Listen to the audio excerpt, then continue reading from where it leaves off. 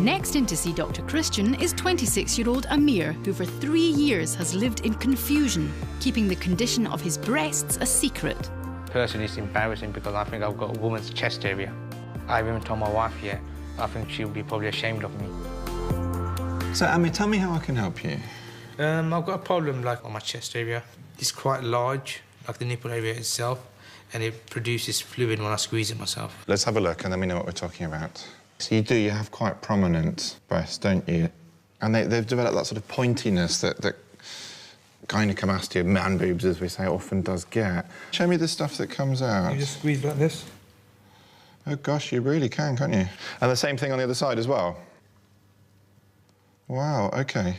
And you have to do this, do you? Yeah, like every single night, basically, before I go to bed, you know, like I don't like getting the pain when I wake up in the morning, so in order to relieve it, I'll do that before I go to bed. So it starts to hurt if you don't let this stuff out? That's right, yes. What you're doing, essentially, is a form of lactation. It's exactly what women do to feed babies, and you are producing the same sort of thing. It's a type of breast milk. Do you generally have a libido? You have a sex drive, or not really? I've lost it, actually. So you've lost your libido? Yes. Clearly, there is a hormonal problem going on.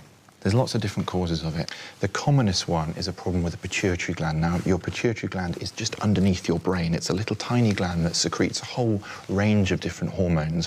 One of those hormones is prolactin. And if you're making too much prolactin, then this is something that we see quite commonly. Prolactin is often called the milk hormone because its main function is to stimulate the breast in women after childbirth. In men, some prolactin is normally produced, but at much lower levels than women. Overproduction of this hormone in men could indicate a serious underlying problem. The commonest cause of making too much prolactin is actually a little tumour, which we call a prolactinoma. In you, because this has been going on for a little while, I suspect that you have a large-ish tumour of the pituitary, OK? Now, when I say tumour, don't immediately think the worst.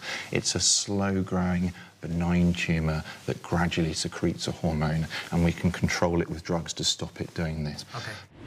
The pituitary gland is found at the base of the brain and is normally around the size of a pea. Dr. Christian suspects Amir may have a swelling in his pituitary gland, causing the overproduction of prolactin, which tells his body to produce milk.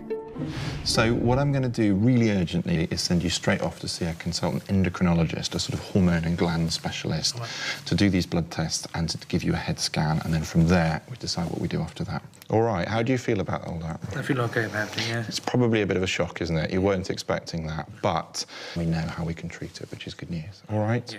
OK, Amir, thank you for coming in. All right. I was a bit shocked, obviously, when I saw Dr. Christian about my problem. I didn't know it was that serious. So today he's at King's College Hospital in London for some tests to try and confirm the diagnosis. This will involve an MRI scan to show the size and shape of his pituitary gland. Just try and stay nice and still. Are you OK? Yes, yeah. OK, good, well done. And blood tests to measure his prolactin levels, the hormone that's responsible for the production of milk.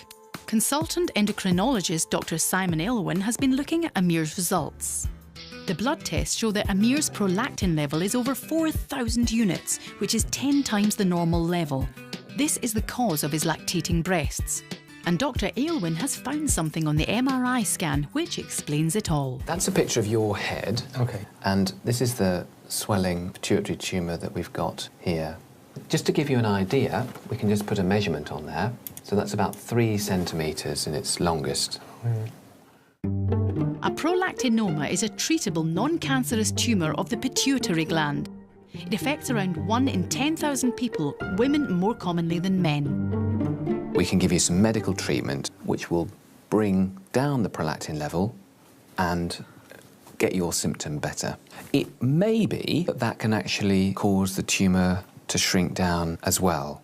If we don't find that getting smaller with medical treatment, it may be that you require a surgical procedure to do that. And if that is the case, just so that you've got the whole picture, it's possible that you might need to go on to have radiotherapy after that. OK. But the bottom line here is that we expect to keep control of this, get your hormones better, get you better, and take control. So now, finally, with both a diagnosis and treatment plan, Amir is off home to do something he should have done a long time ago: tell his wife about his problem. I've kept it for so long to myself, and for her to find, you know, my problem, it would be amazing to share my problem with her. He's back at the clinic to see Dr. Christian. Now, I'm very aware with you that in our last consultation, I probably dropped a bit of a bombshell on you, didn't I? Yes. Telling you that you may have a pituitary tumour. How did you feel after all that? I was a bit shocked, you know, like, I didn't realise I was causing the actual problem. But obviously going to my hospital and getting all these checks done up, a bit chuffed now, because I know I'm getting treated now. Have you started the medication yet? Yes, I have. And the idea of it all really is to try and shrink the tumour.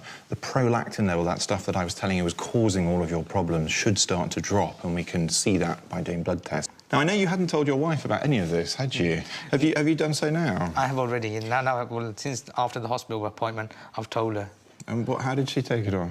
Shocked, you know, like she was. Because she wasn't expecting that, you know, but afterwards she was supportive. I'm not on my own.